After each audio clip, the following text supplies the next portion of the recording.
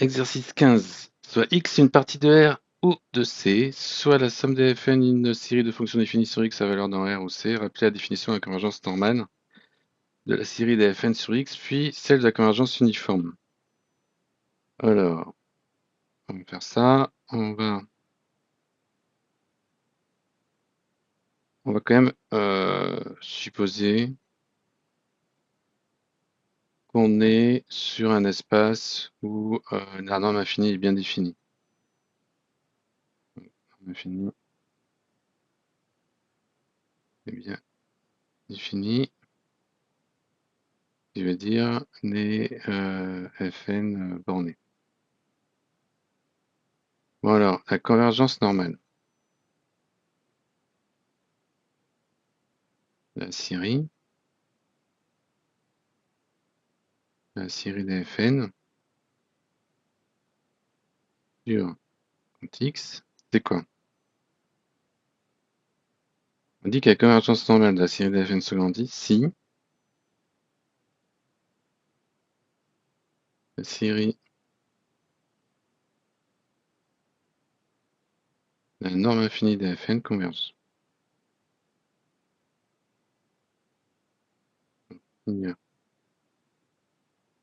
Si la série, ça c'est la convergence normale. La convergence uniforme, ça veut dire que si je note Sn est la somme des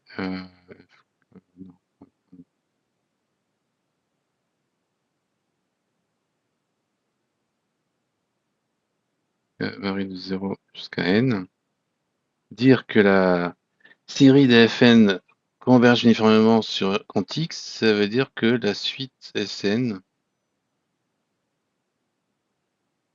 converge uniformément sur grand X, donc vers une suite qu'on va appeler S.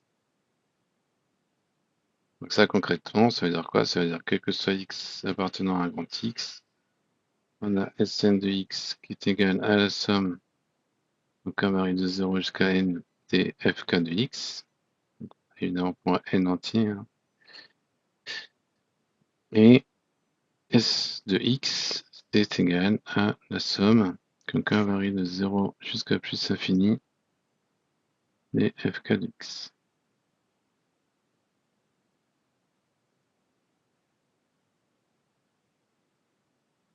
Donc, la série des Fn converge uniformément vers la somme des Fn.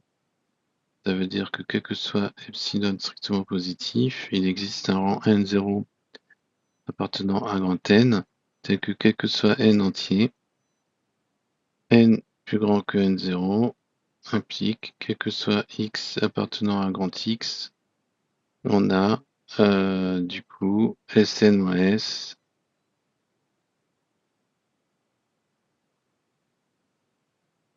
en valeur absolue plus petit qu'epsilon.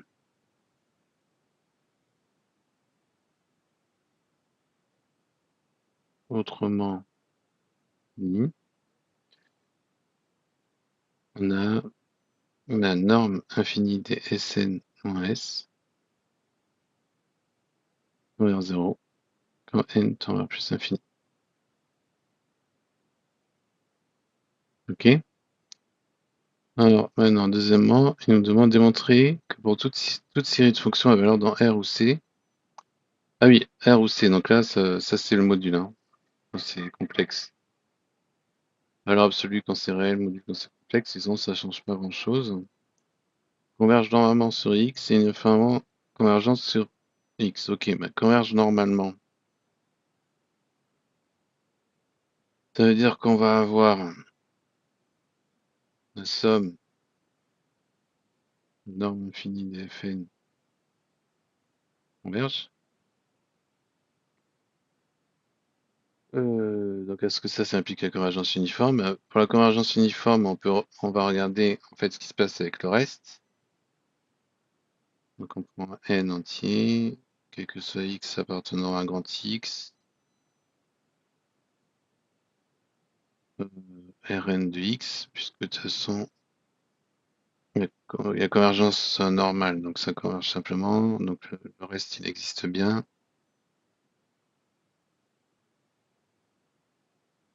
Donc ça, il suffit de montrer que ça converge uniformément vers 0. Alors, ok, qu'est-ce qu'on va faire? On va peut-être prendre ce qu'on prend pour... on va découper un peu.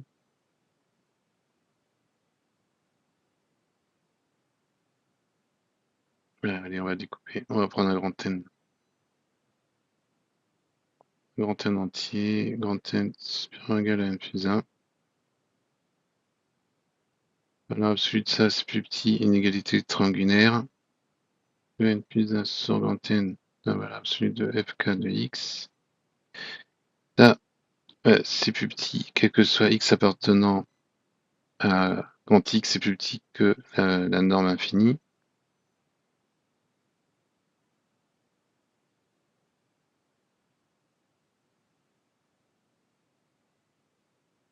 Ça, c'est plus petit vu que tout ça, ça converge. Donc, ça, c'est vrai quel que soit x, c'est vrai quel que soit n. Donc, on peut faire tendre n vers plus infini. On va avoir le Rn de x, donc en module, est plus petit qu'un terme qui dépend plus de x et qui tend vers 0. Que la somme, la série des normes des infinis des Fn converge.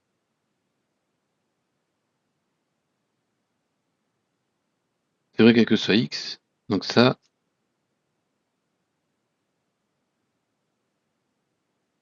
c'est vrai pour le sup. Donc du coup, phi des Rn converge uniformément sur grand X. Ok, donc maintenant on va appliquer tout ça.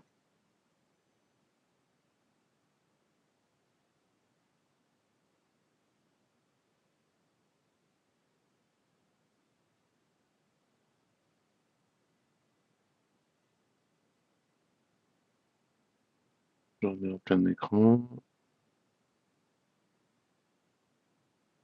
Et je récupère mon stylo. Donc on a bien vu hein, que ce soit... en fait, les séries, on peut voir ça comme une suite. Donc du coup, ce qu'on avait déjà sur les suites, c'est vrai sur les séries. Convergence normale. Convergence normale, que ce soit sur les suites ou les séries. Sur une partie grand X implique convergence uniforme. On a vu sur X. Donc on a vu aussi que pour déterminer la convergence uniforme, ben, on regarde le reste et on essaie de voir si ça converge uniformément vers 0. Ça, c'est un procédé qu'on fait assez souvent. Et en fait, la convergence normale est souvent plus facile à obtenir que la convergence uniforme. Donc c'est pour ça que ça, c'est assez utile. Donc du coup, on va voir ça maintenant sur la série de fonctions. N carré sur n bar Zn. Alors, on a le critère d'Alembert.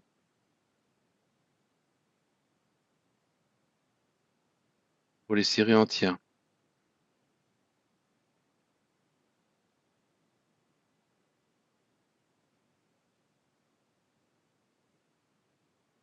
Le critère d'Alembert pour les séries entières, qu'est-ce qu'il nous dit? Alors, que ce soit des séries réelles ou complexes d'ailleurs. Il nous dit que si j'ai le an plus 1 de Rennes en module tend vers un petit n, bien, ouais, en bas, hein, ça peut être plus infini. Eh bien, on va avoir le rayon de convergence. Le rayon de convergence, ça va être 1 sur petit n. Avec une convention que 1 sur 0 va être plus infini. 1 sur plus infini, ça va être 0. Donc on détermine cette limite et on aura le rayon de convergence. Donc là, c'est quoi? Ici, c'est AN égale n carré factoriel n, ça fait AN plus 1 égale n plus 1 carré sur n plus 1 factoriel. Donc AN plus 1 sur AN, ça fait n plus 1 carré sur n plus 1 factoriel n carré. Là, ça fait n plus 1 sur n au carré 1 sur n plus 1.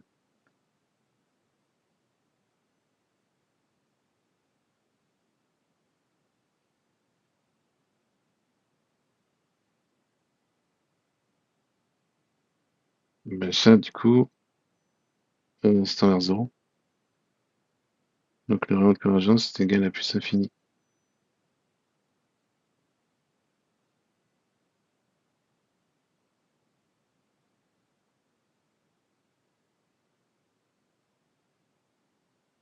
Donc,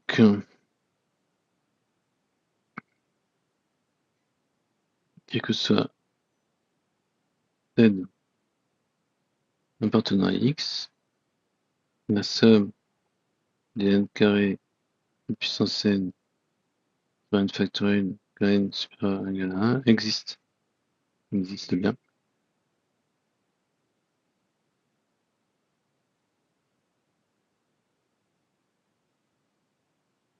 Alors, sur le disque, donc du coup, on va être sur le disque de centre O. Donc, module de Z, disque fermé. Module de Z, ok, disque fermé. Module de Z, hein. On va avoir quoi? On va avoir 1 carré module de Z factoriel n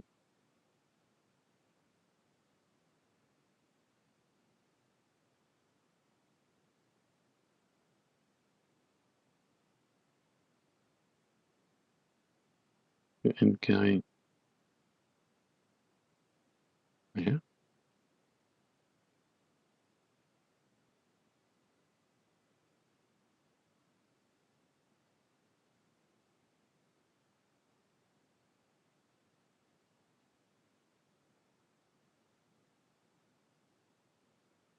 Oh,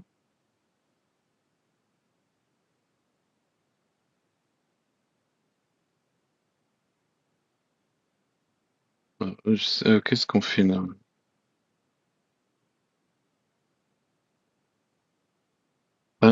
On peut dire quand même, hein, c'est là le rayon sur, on sait que c'est enfin, si on utilise le cours sur les séries entières, on est à l'intérieur du disque de convergence, on sait que la fonction elle est assez infinie, hein. On sait qu'il y a convergence uniforme, il y a convergence normale, on a convergence normale, on a convergence uniforme. Donc tout ça on l'a avec la théorie des séries entières. Qu'est-ce qu'on pourrait on a le disque fermé de centre O et de rayon R, eh ben c'est inclus dans le disque de convergence. Alors si on veut quand même appliquer, si on veut appliquer, ben, on va quand même appliquer l'exercice. Sinon là, je pense qu'on a fait avant, ça sert à rien. Appliquer, ben quoi, on a ça pour tout Z. Donc ça, en fait, on le connaît, hein. Si je note, si ça c'est mes Fn de Z, on met la norme infinie de mes.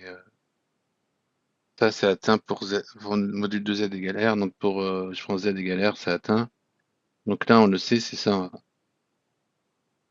La norme infinie, c'est ça. Et on sait que la série, les n carré Rn sur factoriel n, ben ça converge. Et, on peut utiliser la règle de critère de D'Alembert pour les séries. On va avoir R qui va apparaître qui est non nul, ça continuera de tendre vers 0. Donc on sait que ça converge.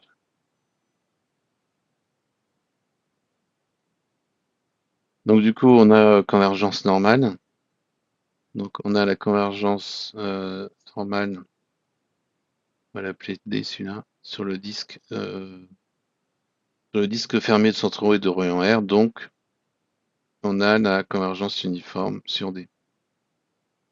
Bon, je pense que c'est ça quand même qu'il voulait voir, vu qu'on démontre ça dans les premières questions. Donc voilà, c'est juste une application simple. Là, c'est vraiment à l'intérieur du disque de convergence d'une série entière. Donc on sait que qu'on a la convergence normale, convergence uniforme, c'est même une fonction, c'est infini, etc. Donc tout se passe bien. Ça termine l'exercice.